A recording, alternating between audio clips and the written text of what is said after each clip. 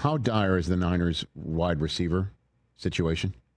Their overall skill position situation is a little bit shaky at this point. I mean, every running back not named Christian McCaffrey, it seems like, is injured. They just put one on injured reserve the other day. And a wide receiver, the fact that, the 49ers always knew Brandon Ayuk had a really serious injury and he was probably not going to be back for week one. Now we're talking about, mid-season or week 6 or somewhere in there. Ricky Pearsall, just to this point, has not shown that he can stay on the field. So they made the trade yesterday for Sky Moore. That involves it's a 6-7 pick flop, which in 2027, that's pretty close to the bottom barrel draft compensation, which means Sky Moore wasn't making the Chiefs roster. But in Kansas City, he maybe can impact the game in multiple different ways. At least it's another speed threat type of a wide receiver. You can use him in the return game if you want to. You can, move him around, maybe even line him up in the backfield. We know Kyle Shanahan likes guys with some versatility. And even though Sky Moore has never really gotten to the level in terms of production that the Chiefs wanted when they drafted him as high as they did,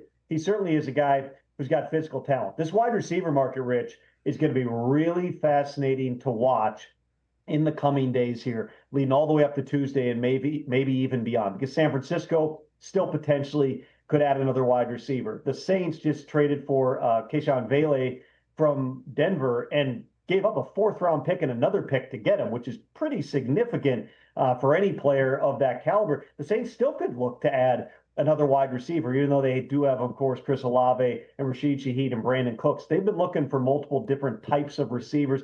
That's a team to keep in mind. Could the Jets eventually make a trade for a wide receiver? And how about the Vikings? I started off yesterday by putting out a tweet on that. The Vikings have been working the phones on wide receivers. It's not about Justin Jefferson.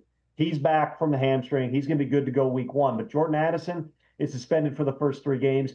Jalen Naylor banged up his hand about 8 days ago. It's unclear at this point when exactly Naylor, who was the number 3 receiver, is going to be back. It would be a lot to put on Ty Felton and just say, hey, you're a rookie, just roll out there, and start in week 1. So I'm operating under the belief right now that the starter opposite Justin Jefferson in week 1 for the Vikings is probably not on their roster. And if you need a clear sign of that in the past 24 hours, look at the Harrison Phillips trade from the Vikings to the Jets.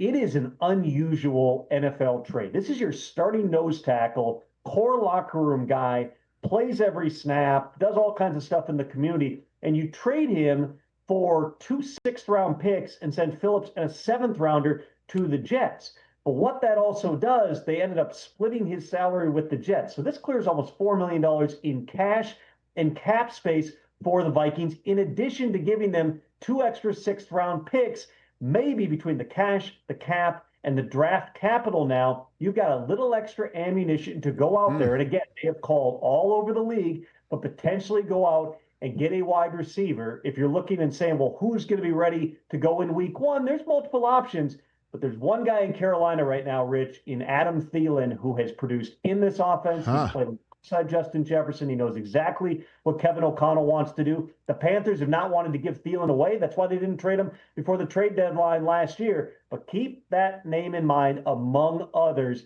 as a potential target who might even be out there in the starting lineup for the Vikings come week 1. Catch the Rich Eisen Show live weekdays from 12 to 3 p.m. Eastern on Roku Sports Channel in the U.S.